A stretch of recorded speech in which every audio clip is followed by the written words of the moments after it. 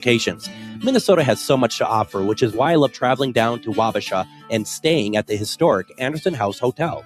Opened in 1856, this beautiful hotel offers comfortable accommodations, has a delicious restaurant, and even a speakeasy in the basement to unwind with a drink. Located next to the Mississippi River and on Main Street, there is a lot of sightseeing and shopping to do too. To get more information, go to theandersonhousehotel.com. Greg Bakun here. Like you, I love good, fresh, delicious food. So I want to tell you about this treasure in Roseville called Maverick's Real Roast Beef. Maverick's has the best roast beef sandwiches I've ever had. Made fresh, every order. Add fries or onion rings dropped in the fryer when ordered, and you have a winning combination. Maverick's Real Roast Beef has a lot more than roast beef, so check out their website, mavericksbeef.com, or check out their restaurant on Lexington in Roseville. Moonstone Minneapolis is a queer-owned, community-focused gift shop in South Minneapolis centered on curiosity, connection, and self-discovery. Explore astrology, tarot, crystals, herbs, mindfulness, and spiritual practices in a welcoming environment for all backgrounds and experience levels. Located at 3304 East Lake Street in Minneapolis, Moonstone Minneapolis also hosts makers markets, classes, and community events. Learn more at moonstoneMPLS.com and discover a welcoming place to explore with curiosity and respect. With your AM 950 weather, I'm Brett Johnson. Look for showers and storms overnight with a low around 67. Saturday, more thunderstorms with a high near 82. And Sunday, sunny with a high around 81.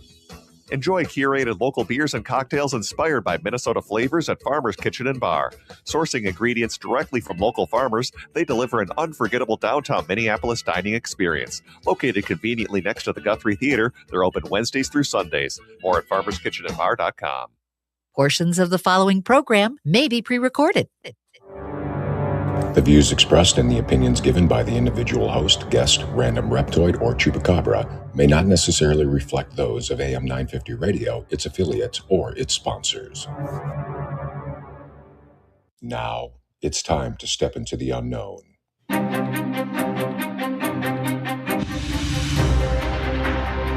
There are things people experience but never talk about. A shadow moving in the corner, flickering of the lights, a disembodied voice. We invite you to talk with us. Share your story, share your experience, because this isn't just your story. This is our story. This is GhostBox Radio with Greg Bakun. Casual Friday. Casual Friday. Casual Friday on GhostBox Radio. And it is Casual Friday here on GhostBox Radio. Thank you very much for joining us tonight as we ease into the weekend, which is always fun. Welcome to the weekend. My name is Greg Bakun. We're going to give you a paranormal start to your weekend. I hope that you are ready for it. We do not have Adam with us tonight, so you know what that means. It means that it's an episode of Just Greg.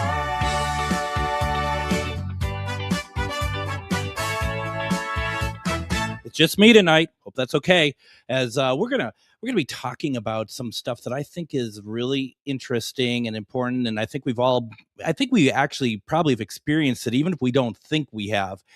So I'm going to start off to give people a chance to put into the comments if you want to answer the question of the week. The question of the week this week is: has a loved one ever appeared in spirit to you to let you know they're about to pass away or have passed away, only for you to find out it was true a short time later? Has that ever happened to you? I have a number of people who have responded tonight to that. If you want to respond, we can't take phone calls tonight, but you can put it into the comments. And if you're wondering, well, where are these mythical comments you're always talking about? You can go to Facebook. You can go to GhostBox Radio with Greg Bakun or AM 950 Radio, or you can jump over to YouTube, GhostBox Radio with Greg Bakun, or AM 950 Radio. Those comments will get to me, and we'll do our best to get that stuff on the air for you. But I find it very interesting. Has a loved one ever appeared in spirit to you to let you know they are about to pass away or have passed away, only for you to find out it was true a short time later? And So we're going to get to the question of the week in the second segment.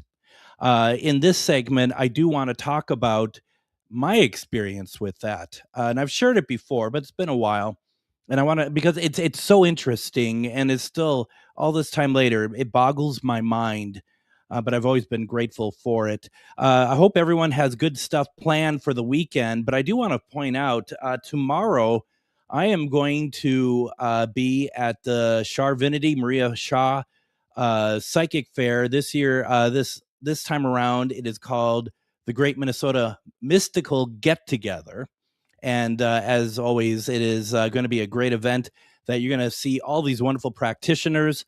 There are going to be breakout sessions. There's going to be games. It's going to be a lot of fun. And it's going to be over at the what is that? Is that the Doubletree? I always forget what it's called, but the address over by the airport is 2020 American Boulevard East, Minneapolis.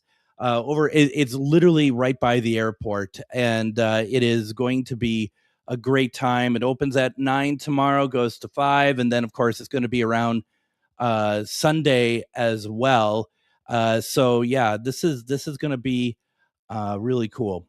I'm looking forward to it. I have my car packed because I have to get out there early. Oh, my goodness, that's not really what I like, but that's the least favorite part of doing this is having to go out there, like having to get up early. I normally don't rise out of my coffin till about maybe 10:30, something like that, especially on a weekend. But it's gonna be fun, and over time I have found that these practitioners that are at these events, I have become friends with. I'm excited. There's new practitioners that are going to be out there tomorrow, and I believe. Let me just check here real fast. I believe it's $5 a person to get in, and then of course you're paying for your uh, practitioner that you're going to work with. But it's well worth it. It's a lot of fun, and that is tomorrow and Sunday as well. So get on out there, say hello. I'm going to have a table out there. I'm going to be helping out at the event the best I can, and it's going to be it's always wonderful, and it's just good energy. It's just good energy. So you definitely should consider doing that. I would love to see some of you out there. Uh, Andra's like, I know, me too. I don't like being up super early, and unfortunately for me these days, super early is like 9 a.m. I mean, it's like is the sun out at this time? It's just ridiculous, and I don't know. I just it's gotten worse. I've never been one to get up early. And I've strategically found jobs that allowed me not to have to get up at like 5 in the morning or something. You people who get up at like 5 to do a workout, I don't understand that at all. I don't want to understand. It's like inhuman if you ask me. But that's okay. That's fine. But yeah, that's going on. I gotta say, it's been a great week. Okay, it's been a really good week. A lot of great things are happening, and I got myself a new camera, which I'm really excited about because as I've mentioned, I'm going to be doing another show called Minnesota Bites, and I decided to kind of um, get one of those type of cameras that the food vloggers are using. It's the Osmo 3, and it's I've been waiting for it, and I was watching the FedEx. Like I'm just feverishly just watching. Like, come on, get here, because I don't know about the rest of you. For me, that's kind of the anxiety of a super expensive camera that is not in this house yet, and anything could happen to it. So I'm just like, oh my gosh, oh my gosh. And it's supposed to be here by 2:40 today, and it wasn't. And then it's like, okay. And there's this thing on FedEx that you can go and you can see the map of where you are and where the truck is, so you can kind of see the route they're going. And I thought, okay, this is cool. And of course, for me, nothing ever works. Okay, let's just go with that. Okay, let's just start with that. Nothing ever works. You click on something, it's a dead link. You if I'm using a touch screen, it doesn't work. I mean, that's just I've lived with that my entire life. Not the touch screen, of course, but you get the message there. And so I'm like, it's asking me to sign in, which I used to have an account, and so I'm signing in and it doesn't like it, but then it's like, we'll send you a code, text it to you. Okay, text it to me. Put the text code in, and it takes you back to a different page to send a code to text so you can get back in, and you're just like, it's like it's not a lot of time, but it's just, you know, fiddling around with stuff that is already making me angry, right? And so, after 5-8 minutes of that garbage, I finally get in, and I see this map, and I see this little thing of my house, and then right on top of it is a little thing of the FedEx van, and the doorbell rings right at that moment. It's like I could have done so much more with my time than trying to figure it out, because it took so long to get into it, and by the time I got there, he's like at my door. So I don't know. Maybe you all have better luck with FedEx than I do. Or not even that, technology. Let's just say technology, because I didn't have any luck with that today. By the way, this camera is so awesome, and I'm planning on going out to the state fair with it.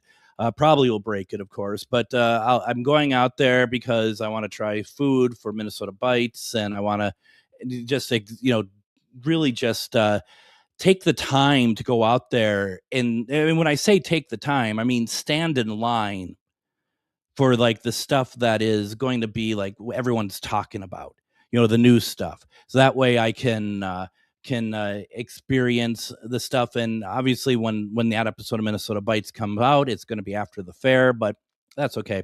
Well, you can kind of be longing for what's going on there.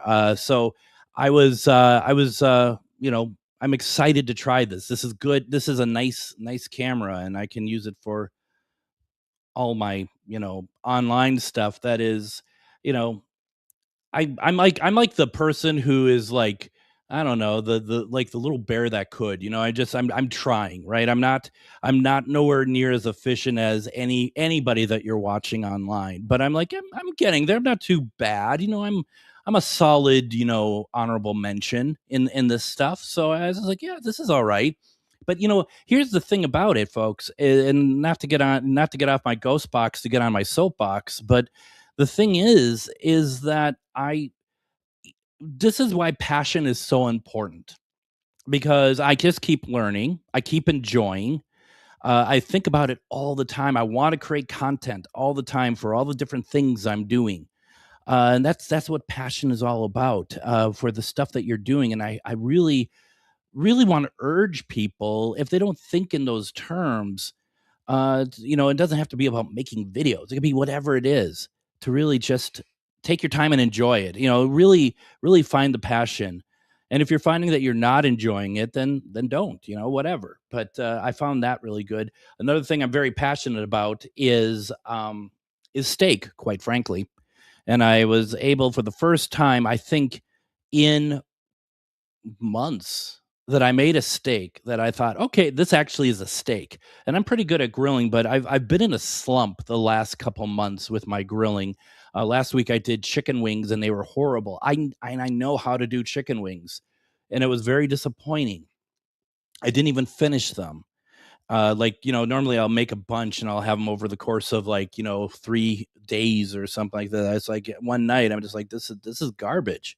So I made a really good steak. And I posted pictures. Go over to Minnesota Bites on Facebook, MN Bites, and see some of the food that I post. Pretty soon we'll be posting pictures of the restaurants that I've taken to that we are going to have on the show, which some great food coming up on that as well.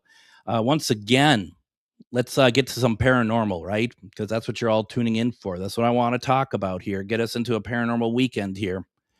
Once again, the question of the week: has a loved one ever appeared in spirit to you to let you know they are about to pass away or have passed away, only for you to find out it was true a short time later? Okay, I want to share a story here, and I don't know if it quite falls into this. I mean, later on, I'm going to be reading some stories of people who their loved ones who's about to pass, they're seeing their loved ones. And I know that when my mom was passing away, she hadn't been to hospice yet. It was the second day after she had decided that she wasn't going to do a certain procedure, a certain operation that was going to significantly affect the quality of her life. She's like, nope, I'm not going to do that. I rather pass away. And so that was her choice, and it's one I fully support. And the thing is that when we were in there, the first, there was a Monday, no, it was a Tuesday, because it was a Labor Day weekend that my sister had told me a Sunday night that what she was going to do. And if I got it right, I might be a week off, but I thought it was like Labor Day and whatever the next day is, or maybe the week after. I went out to the hospital to see my mom, and she was just fine, and we had a great conversation.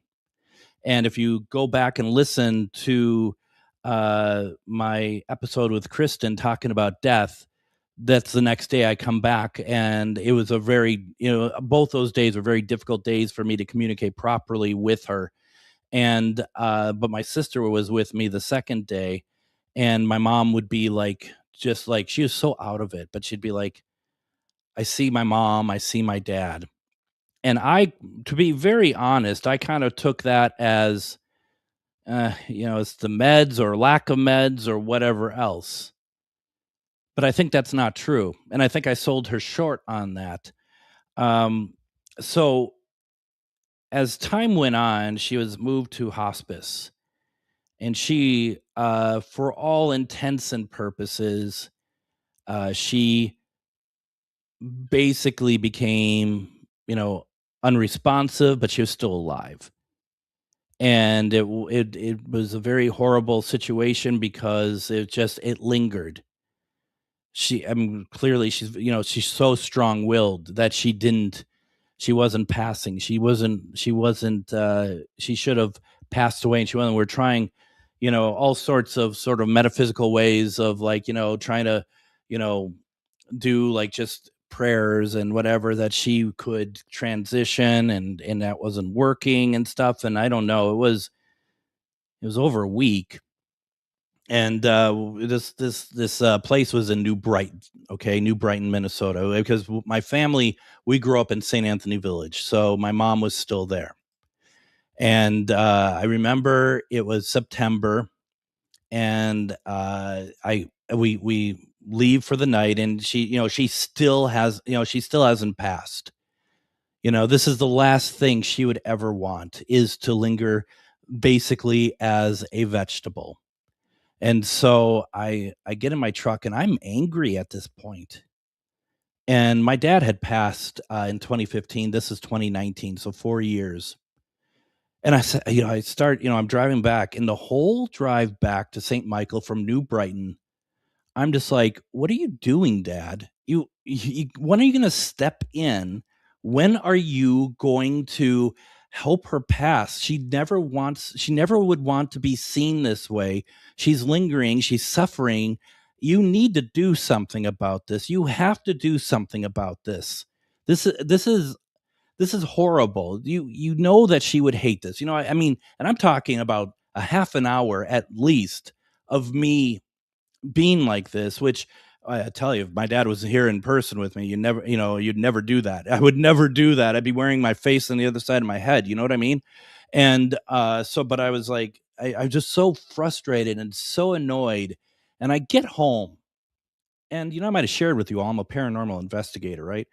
And so I was like, I wonder if I could get any kind of response from that just last half hour. So I take out a piece of equipment called the Ovilus, and the Ovilus is where words show up on the screen, and that you are the belief is that spirit is telling you and answering questions, and with the words, and sometimes it's spot on, other times it's just like, what is this? I mean, I wouldn't say it's 100% accuracy to it. But I turned it on, and immediately two words appear, and that is, and I have it up on screen here for those who can see, it is heard and release. HEARD, and release. Basically, I heard you, and we're going to release her. And I just want to let you know, if you can see the picture on the page here, if you're watching the online stream, those two words, I had the obelisk going for 45 minutes. These two words came up immediately, and no other words came up for the next 45 minutes. So I'm just like, okay, that must mean that mom is going to pass tonight. And then I get a call at 1:15 in the morning from my sister saying that my mom did indeed pass. And that was quite it was, you know what it's like. So many of you have been through this, right? It's horrible because now she's gone, but it's wonderful because now she's out of pain. And those are things that that's all it is. And we talked about this when we had Debbie Romero on, and we had I think it was Erica that called in. And I said it then. I said, the interesting thing is that when people want to know about their loved ones, it's very rarely like, oh, are they going to come visit me? Are they going to do this? They want to know, did they suffer? Did they suffer? And I think that's so beautiful. And so that's one of my moments I'll never forget that really helped me and made me just feel good that I can communicate, just as all of you, with spirit when it comes to stuff like that. And since then, I actually apologized to my father. I'm so sorry. I didn't mean to talk to you that way, but you can understand I was so frustrated. And, that's just kind of how it is. Now, I want to just remind people as we head off to break here, question of the week, once again, is, has a loved one ever appeared in spirit to you to let you know they're about to pass away or have passed away, only for you to find out it was true a short time later? I'd be very interested. We have a lot of responses that were given out earlier today. People answered, and I think that I think this is going to be a very interesting conversation tonight. So please, folks, don't go anywhere. When we come back, we're going to hear what our listeners thought of this question tonight, as well as other things. And when people fill up the chats, please do so. Don't go anywhere. You're listening to GhostBox Radio on AM 950.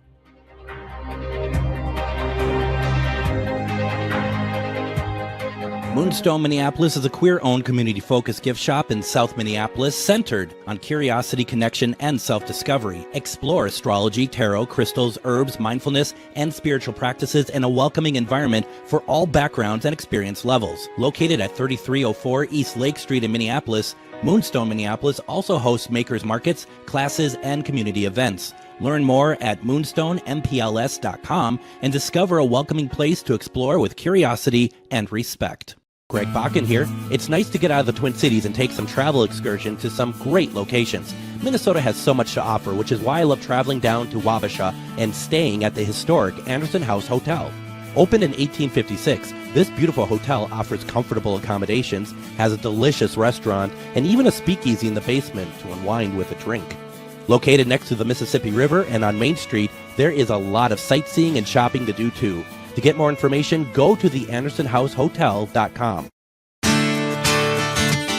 Greg Bakun here. Like you, I love good, fresh, delicious food. So I want to tell you about this treasure in Roseville called Maverick's Real Roast Beef.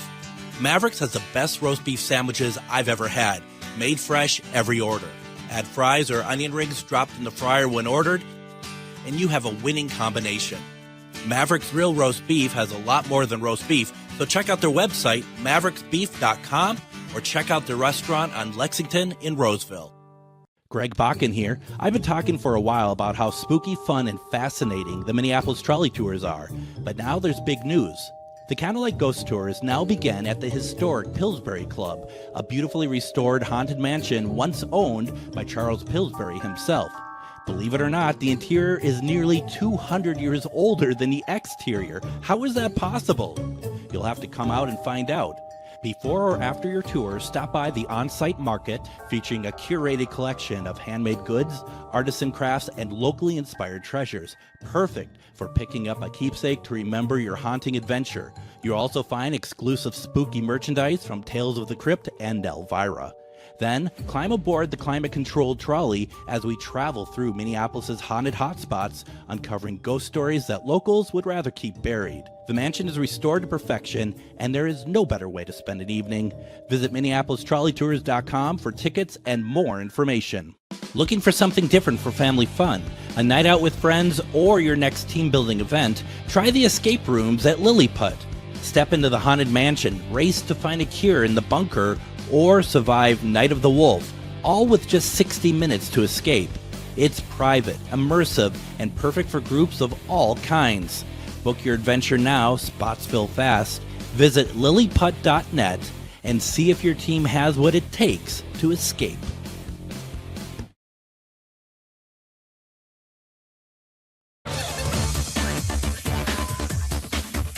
Casual Friday. Casual Friday. Casual Friday on GhostBox Radio. And it is Casual Friday here in GhostBox Radio. Thank you very much for joining us as we ease into the weekend, as we set the weekend to go for Paranormal, as we have a lot of interesting stuff coming up with us tonight. We do not have Adam here with us tonight, so you know what that means. That means it's Just great.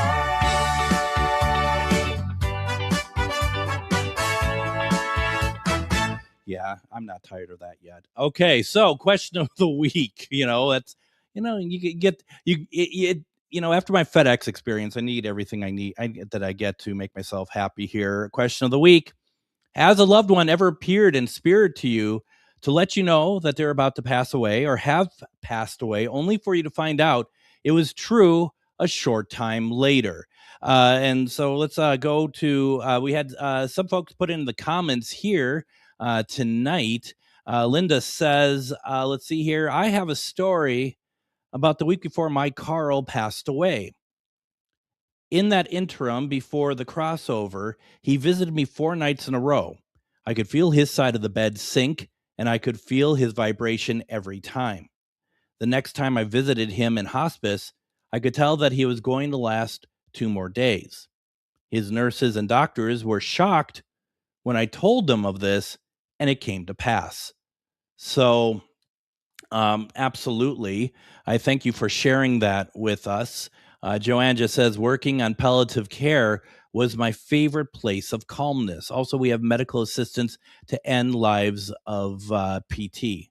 So, okay, thank you for that. We go over to answers that we got earlier. Once again, the question being, has a loved one ever appeared in spirit to you to let you know they are about to pass away or have passed away, only for you to find out it was true a short time later? Lauren says, my grandmother, her brother in the army appeared to her to say goodbye. That day she got the call, he was killed in service.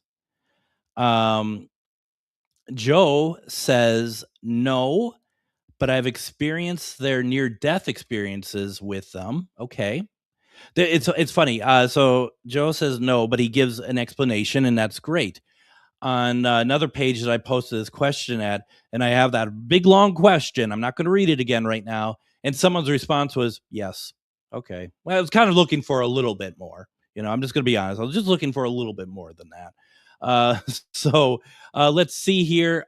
We have Russ. Russ says, I just happened to be up at the church praying when my great uncle died. I heard someone walk up behind me and then put their hand on my shoulder. I didn't know at the time that he had died. I found out the next morning when he had died at the same approximate time that the spirit had walked up behind me and touched me. That's beautiful. That's beautiful. And that's the sort of thing that, those are gifts, right? Let's see here. Damien says, 2 weeks after my father passed, I was demonstrating ITC to my tour guests. Now, for those who do not know, ITC, intratransmental communication. You could say my story in the first segment with the Ovilus. That's ITC, when you're getting spirit responses from an electronic device. Let's see. So once again, Damien says 2 weeks after my father passed, I was demonstrating ITC to my tour guests. I asked the question, are there any spirits here that have not been here before? A clear Frank, and his voice comes over the speaker. And of course, Frank is his name. All right. There you go. Aaron says, happened to my grandmother all the time.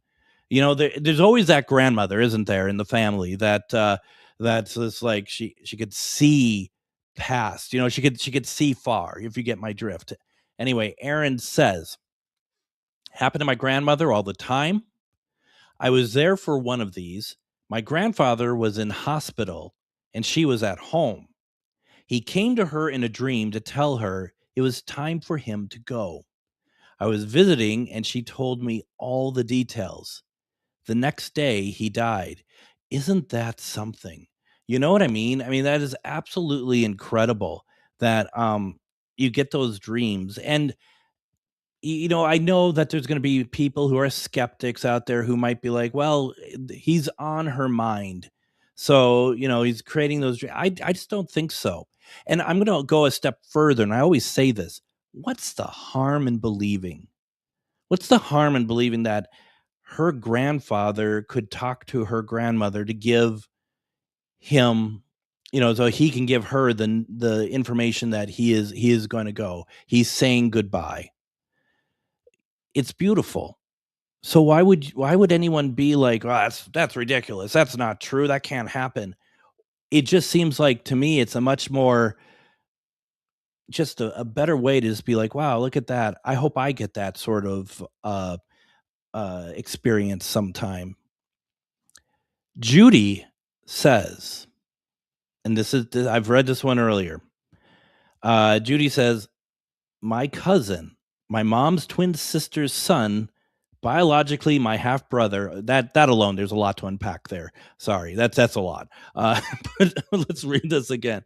My cousin, my mom's twister sister, my cousin, my mom's twin sister's son, biologically my half brother. He was shot in Vietnam. The night my aunt was told, we went straight to her house a few hours south of us.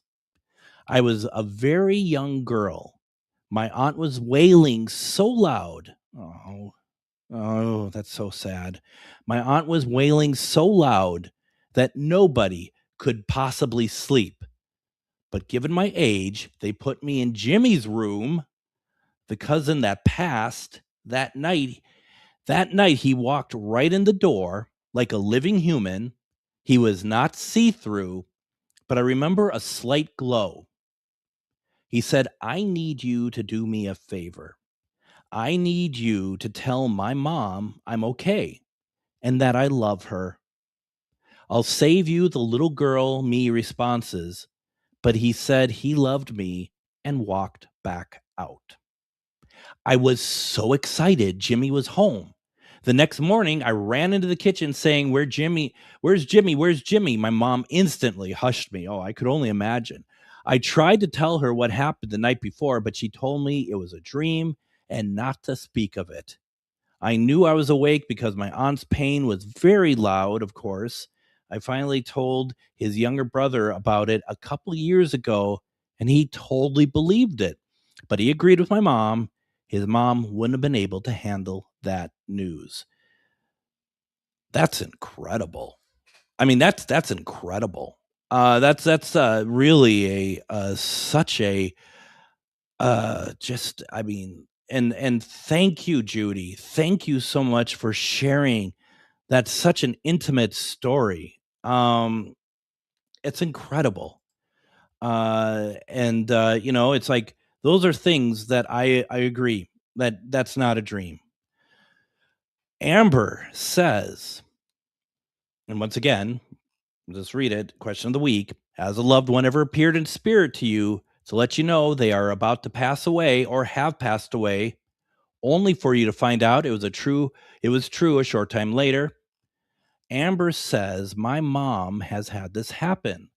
The night my great-grandma passed away, my mom said she woke up in kind of a startle and very alert.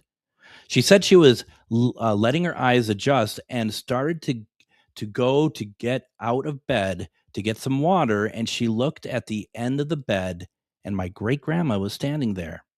She didn't say anything. She just stood and was looking at my mom, and then she just kind of disappeared. Hours later, my mom got the call she had passed.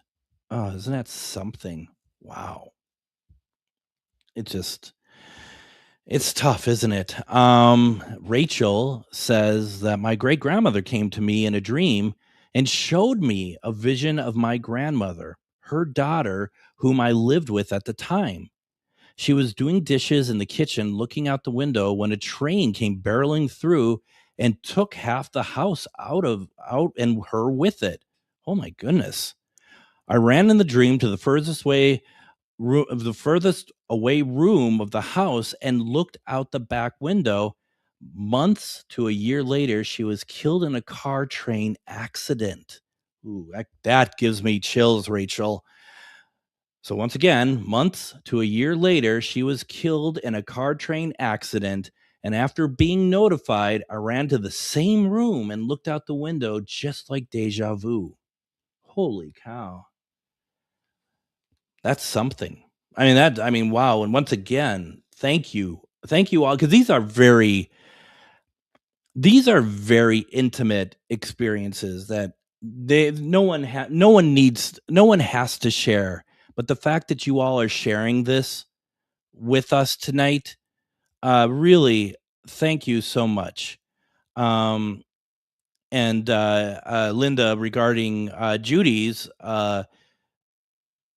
story about her cousin who was shot in Vietnam, Linda says, thanks, Judy. It's wonderful that she could see him in what looked like full living color. Beautiful. It is beautiful. It is absolutely beautiful. And that's the thing. And, to Judy's point, her aunt was never going to be like, you can't console that. It's totally understandable. For those of us who are perhaps a little bit more detached, right? It's a little bit, it makes it a little bit more easier. But it's just absolutely incredible. These are some of the best stories I think we've ever read on the show. These are just so incredible, so beautiful. And I really appreciate that everybody wants to kind of share some of that with us. Feel free to, if you're coming to us late and you want to put your story in, feel free to put so in the comments. Once again, the question of the week is, has a loved one ever appeared in spirit to you to let you know they are about to pass away or have passed away, only for you to find out it was true a short time later? Now, what we'll do is I'm going to take a break over here, and basically when I come back, I found some stories online that are very much in tune with this, and I'd like to read them because I think they're inspirational, just like the stories I read tonight. Plus, if you have your own, please add them to the comments.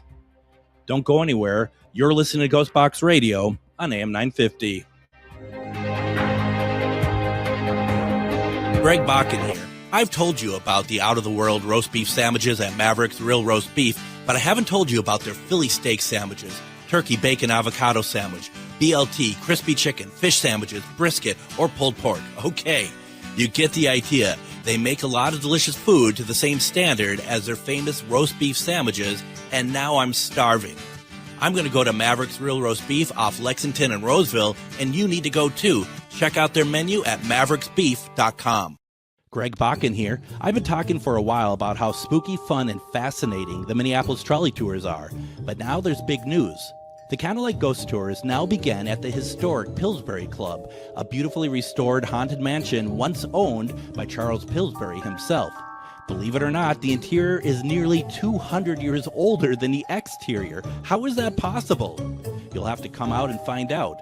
Before or after your tour, stop by the on-site market featuring a curated collection of handmade goods, artisan crafts, and locally inspired treasures. Perfect for picking up a keepsake to remember your haunting adventure. You'll also find exclusive spooky merchandise from Tales of the Crypt and Elvira. Then, climb aboard the climate-controlled trolley as we travel through Minneapolis' haunted hotspots, uncovering ghost stories that locals would rather keep buried. The mansion is restored to perfection, and there is no better way to spend an evening. Visit MinneapolisTrolleyTours.com for tickets and more information. Moonstone Minneapolis is a queer-owned community-focused gift shop in South Minneapolis centered on curiosity, connection, and self-discovery. Explore astrology, tarot, crystals, herbs, mindfulness, and spiritual practices in a welcoming environment for all backgrounds and experience levels. Located at 3304 East Lake Street in Minneapolis, Moonstone Minneapolis also hosts makers markets, classes, and community events. Learn more at moonstoneMPLS.com and discover a welcoming place to explore with curiosity and respect. It's that time of year where the weather is getting nice and it's time to get out of the house for some family fun. Lily Putt is open for the season, and you know what that means. Lily Putt is known for its mini golf, go-karts, glow golf, jump pads, kiddie carts, gem mining, and even a new arcade. Lily Putt also has interactive and engaging escape rooms like the Haunted Mansion, the Bunker, or Night of the Wolf. Lily Putt is perfect for parties and group events. Stop by lilyputt.net for more information and hours of operation. Greg Bakun here. It's nice to get out of the Twin Cities and take some travel excursions to some great locations. Minnesota has so much to offer, which is why I love traveling down to Wabasha and staying at the historic Anderson House Hotel. Opened in 1856, this beautiful hotel offers comfortable accommodations, has a delicious restaurant, and even a speakeasy in the basement to unwind with a drink. Located next to the Mississippi River and on Main Street, there is a lot of sightseeing and shopping to do too. To get more information, go to theandersonhousehotel.com.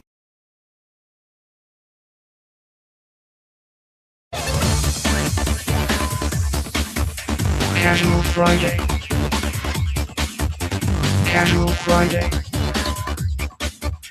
Casual Friday on GhostBox Radio. And it is Casual Friday here in GhostBox Radio. Though I suppose it's kind of like, hey, is it casual? We've been talking about some fairly heavy stuff tonight. It's kind of everything, anything goes. But I really like talking about subjects like we are having tonight with loved ones coming back and talking to us. And of course, because I can one last time, I just want to remind people, no Adam tonight. So you know what that means. That means it's just great.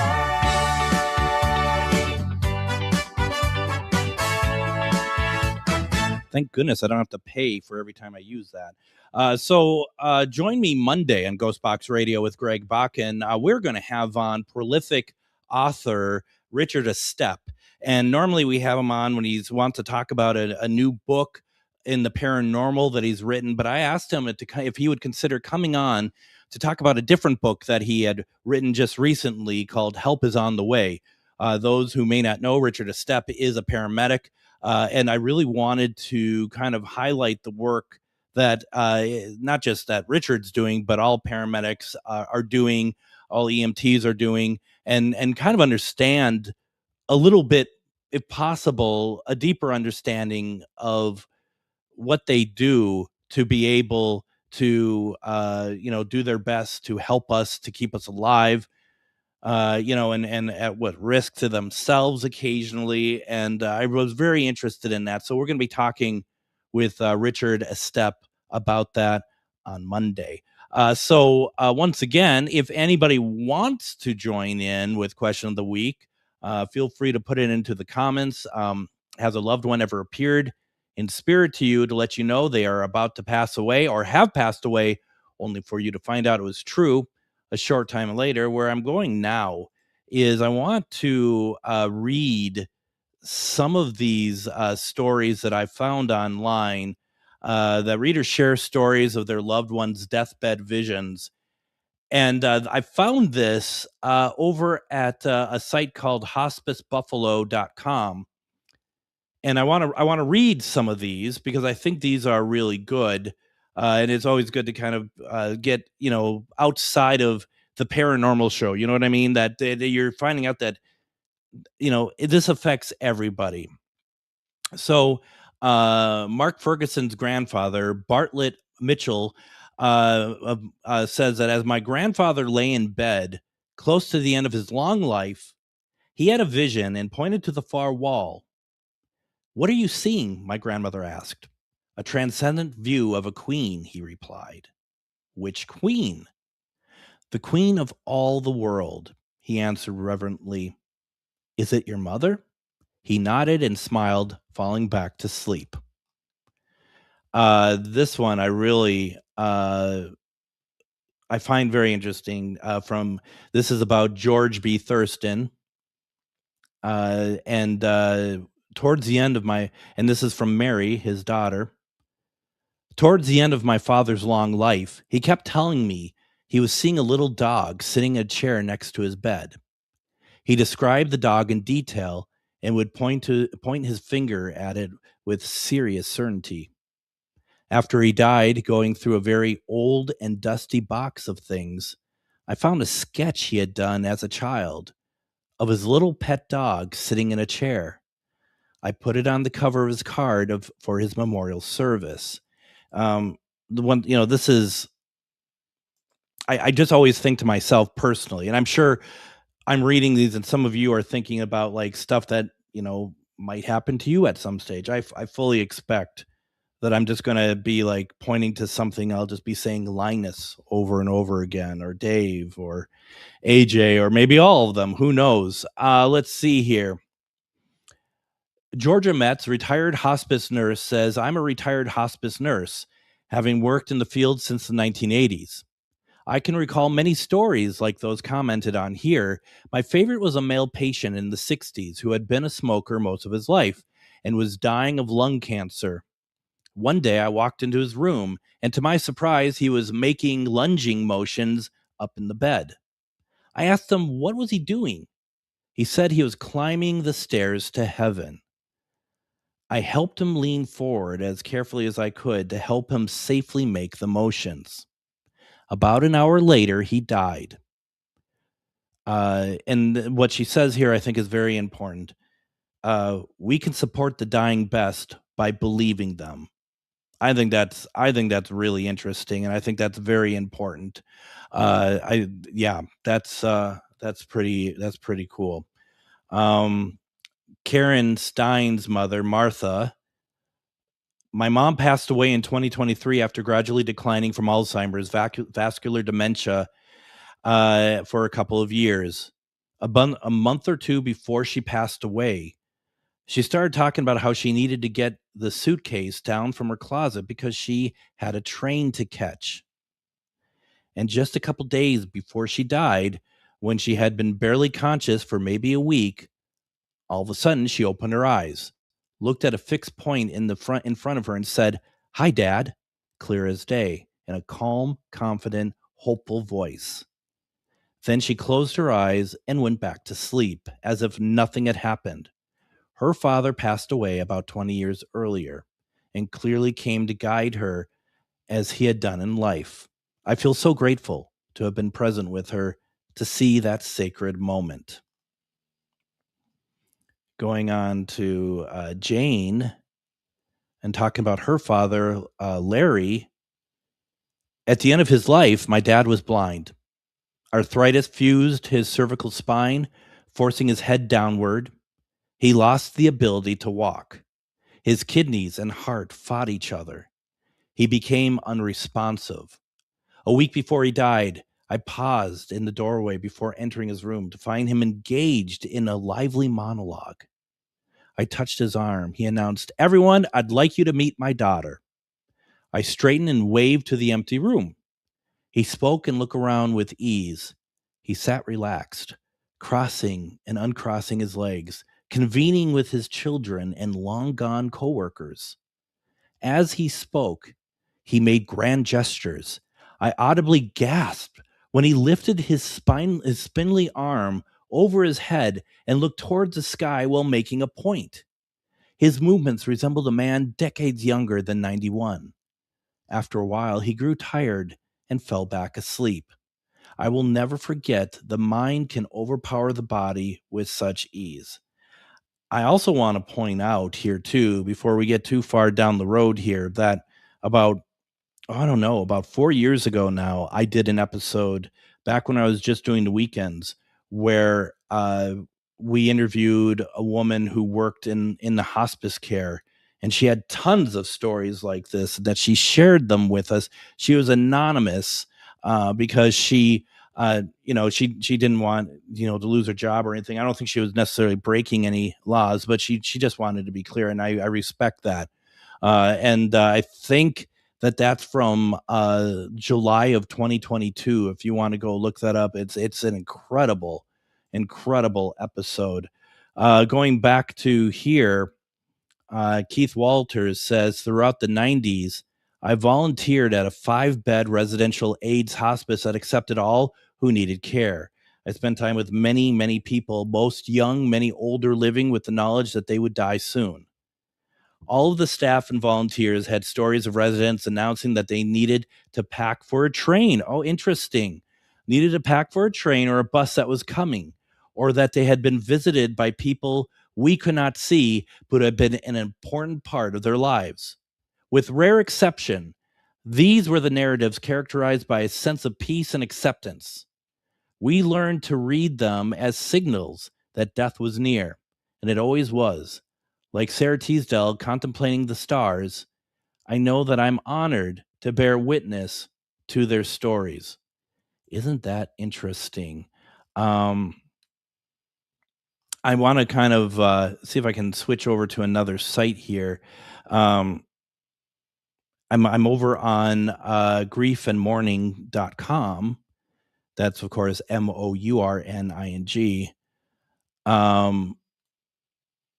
So I was very blessed to experience a beautiful shared death experience with my younger brother in July of 2021.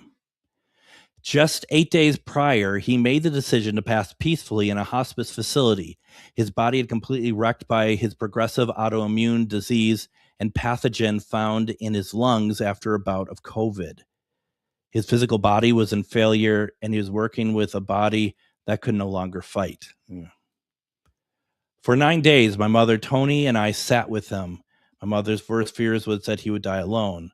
My fear was that she would be alone to watch him pass. As other family members, let me find it again. It just went away. As other family members came in and out, we left the room for brief periods of rest and pray. As luck would have it, it was a beautiful hospice facility, and there was walking path, lined trees, and benches. Gosh, it sounds like Kristen's place. The benches outside the room became like old friends. I was relaxing and reflecting on how my little brother went from very verbal to completely non-responsive. I heard the most beautiful, soothing music my human ears have ever heard. I struggled to find the vocabulary to explain this angelic sound I heard outside Joseph's room.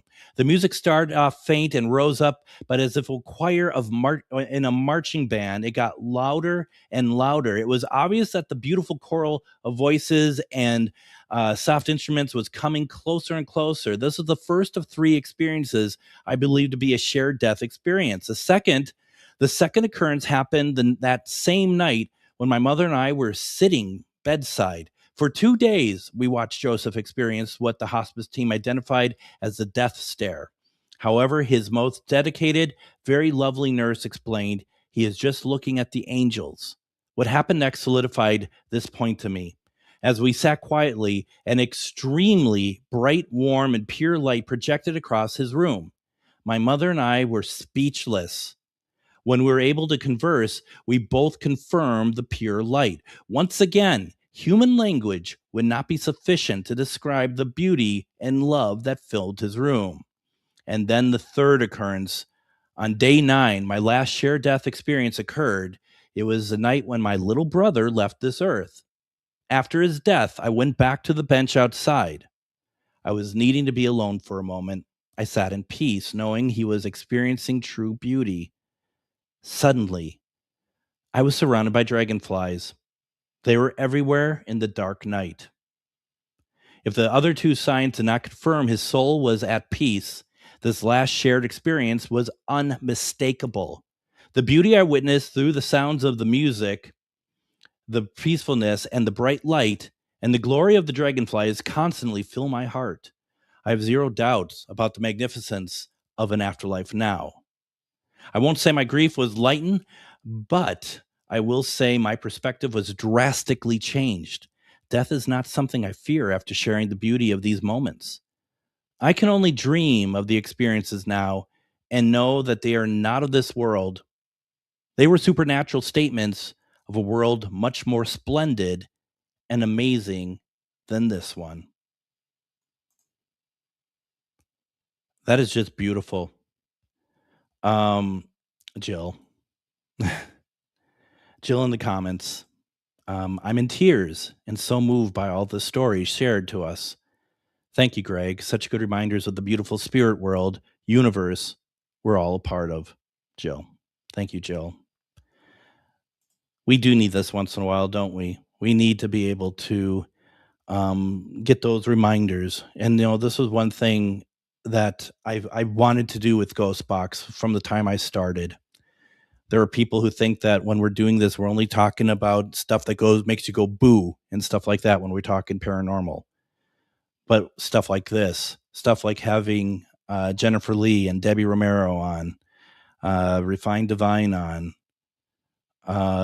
all of these are just absolutely incredible reminders that it's not about boo, but in fact, it's about really living.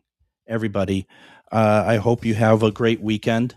Reminder, I'll be over at the Charvinity Fair tomorrow. Please go over to her page, Great Minnesota Mystical Get Together, to get more information. I'll be out there tomorrow.